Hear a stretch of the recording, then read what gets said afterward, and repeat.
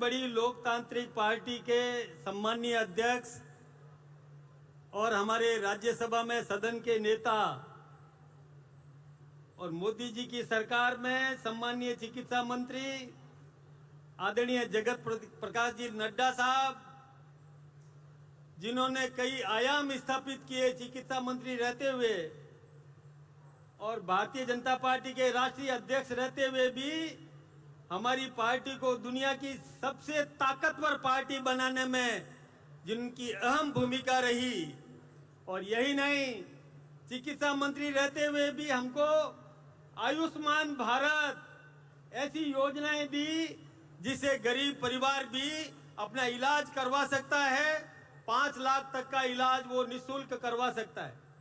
और हमारे राजस्थान के यशस्वी मुख्यमंत्री, जिन्होंने अपना पद संभालते ही कई ऐसी योजनाएं दे दी, चाहे पानी के मामले में हो, बिजली की आत्मनिर्भरता का मामला हो या औद्योगिक विकास का मामला हो, आम आदमी के जीवन को मजबूत करने का मामला हो, ऐसे मामलों में भी जिन्होंने आयाम स्थापित किए, आदरणीय भजन लाल जी शर्मा साहब। और पूर्व मुख्यमंत्री और राजस्थान की पूर्व मुख्यमंत्री और हिंदुस्तान भारतीय जनता पार्टी के सम्मानीय उपाध्यक्ष आदरणीय वसुंधरा राजे सिंधिया जी और हमारे प्रभारी आदरणीय राधा मोहन दास जी अग्रवाल साहब, आदरणीय गजेंद्र सिंह जी शेखावत साहब और आदरणीय दिया कुमारी जी, आदरणीय प्रेम जी बैरवा साहब, बहन अलका जी गुर्जर साहब, आदरणीय सीपी जोशी जी,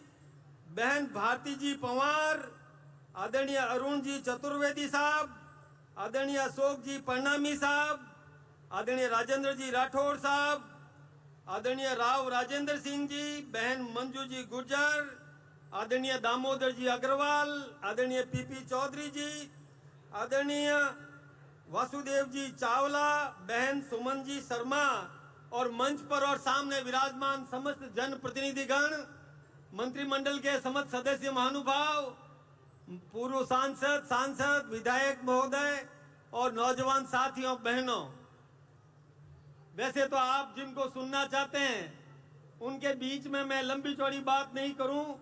यह हमारा सौभाग्य है कि हमारे राष्ट्रीय अध्यक्ष आज हमको मार्गदर्शन देने वाले हैं। मैं तो केवल एक छोटी सी घटना आदरणीय अहिल्याबाई होलकर जी के जीवन से संबंधित बताना चाहूंगा। वो योद्धा तो थी, आदरणीय वसुंधरा जी ने कहा कि बहुत बड़ी योद्धा थी और न्याय प्रिय थी। उनकी न्याय की एक दृष्टांत मैं आप सबके सामने रखूंगा। एक बार महाराज कुमार यानी अहिल्याबाई जी के सुपुत्र रथ लेकर जा रहे थे और एक गाय और बछड़ा वहां चल रहे थे। फुदकता फुदकता बछड़ा उस रथ के नीचे आ गया और कुचल गया और वो मर गया। उसके पास गाय आ गई, रोने लगी, लेकिन महाराज यानी युवराज रथ लेकर और महल में चले गए। थोड़ी देर बाद में अहिल्याबाई जी आई वहां पर और आकर के देखा कि भीड़ किस बात की है। तो उन्होंने भीड़ से पूछा क्या हुआ, तो पता चला कि एक बछड़ा मरा पड़ा है और गाय उसके पास में रो रही है। तो अहिल्याबाई जी ने पूछा कि ये किसने मारा। किसी की हिम्मत नहीं हुई बोलने की। बहुत पूछा, बताइए किसने मारा। तो एक भोला आदमी था, डर के मारे बता दिया कि आपके सुपुत्र युवराज ने इसको मारा है।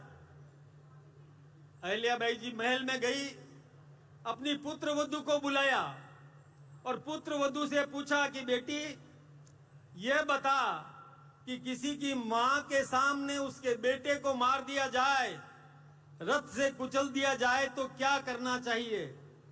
तो पुत्र वधू ने सीधे मन से कह दिया कि उसको मृत्युदंड दिया जाना चाहिए। तो अहिल्याबाई ने सदन में और मृत्युदंड दिया और ठीक उसी प्रकार से अपने बेटे को बांधा, हाथ पैर बांध करके और उसी जगह पर ला करके और पटक दिया और सारथी को कहा कि रथ चलाओ। सारथी की हिम्मत नहीं हुई।